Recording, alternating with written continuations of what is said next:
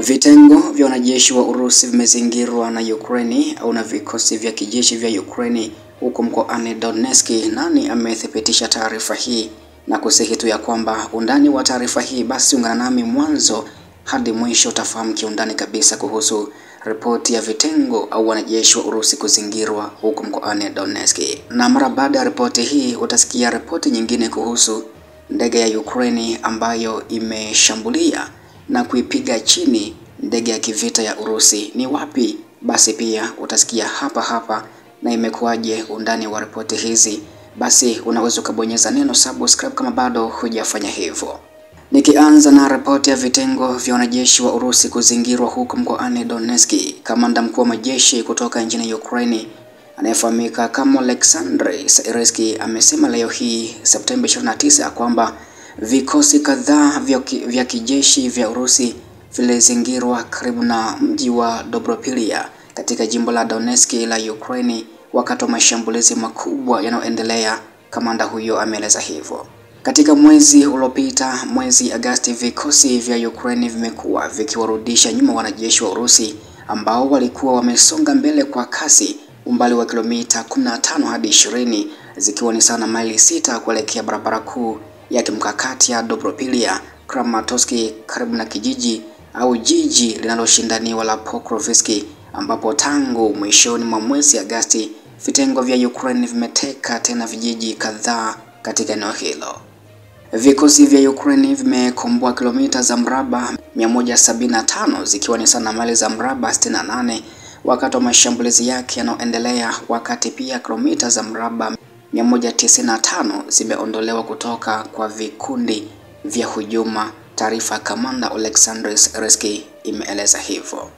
Vikosi vya Urusi pia vilipata hasara kubwa katika mwelekeo wa Dobropilya na wafanyakazi takribani 3185 wameripotiwa kama majeruhi pamoja na 1769 kuuawa, ambako vikosi vya Ukraine pia viliripotiwa kukamata vitengo 969 vya silaha na vifaa vya kijeshi vya Urusi. Kauli hiyo inakuja wakati vikosi vya Ukraine vilivyo katika msimamo wa kimkakati wa kujihami katika eneo la mashariki kwa karibu miaka miwili vimeanza kufanya mashambulizi ya mara kwa mara katika upande huo, ambapo Ukraine ilikomboa makazi ya huko Zarichine, Novoekonomichine na Udachine mapema mwezi huu Septemba 2025.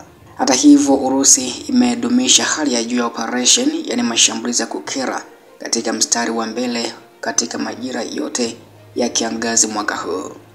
Pia kulingana na taarifa ya kikundi cha upangaji ramani na ufuatiliaji cha Ukraine cha jimbo la Deep State, kimesema vikosi vya Urusi vilikamata kilomita za mraba 1548 zikiwa ni sana maili za mraba 597 katika kipindi hiki na zaidi ya mara mbili ya kilomita za mraba 659 zilizokamatwa katika muda sawa na mwaka 2024.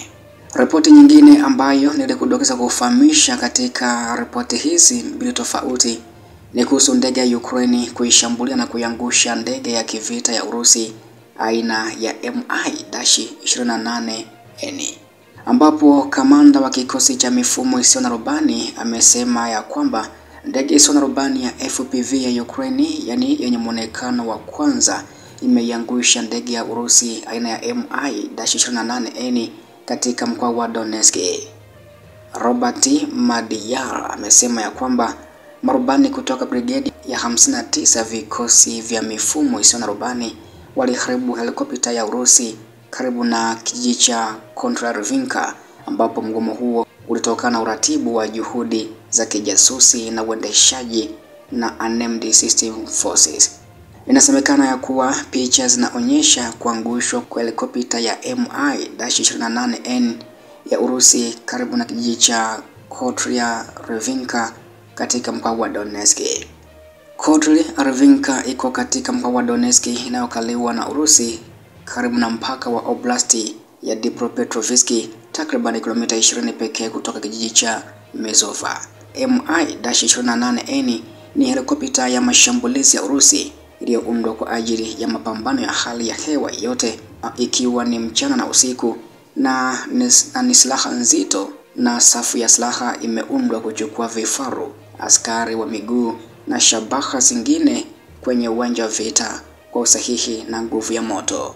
Na hii sio mara ya kwanza kwa Ukraine kuangusha helikopta ya Urusi, mali yenye thamani ya karibu dola milioni 16 kwa kutumia ndege isiyo na bei ghali ya FPV iliyogharimu dola elfu chache tu. Vikosi vya Ukraine vilifanikiwa kuangusha ndege hiyo ya Mi-28 juu ya eneo la Kursk la Urusi mwezi Agosti mwaka jana, pia kwa kutumia mbinu hiyo hiyo kuashiria tukio la kwanza kama hilo na kulielezea kama operation maalum ya kipekee katika historia ya kijeshi. Na hii ndiyo taarifa muda huu, na ikiwa kama sehemu ya ripoti ya kile ambacho kinazidi kujiri kutoka vita ya Urusi na Ukraine, na kusihi ya kwamba endelea kunifuatilia kila siku na kila wakati kufahamu mengi zaidi ambayo nimekuwa nikiwataharifuni hapa kwenye chimbo letu la habari za kimataifa, na kusihi tu pia kwamba usiache kubonyeza neno subscribe kama bado hujafanya hivyo.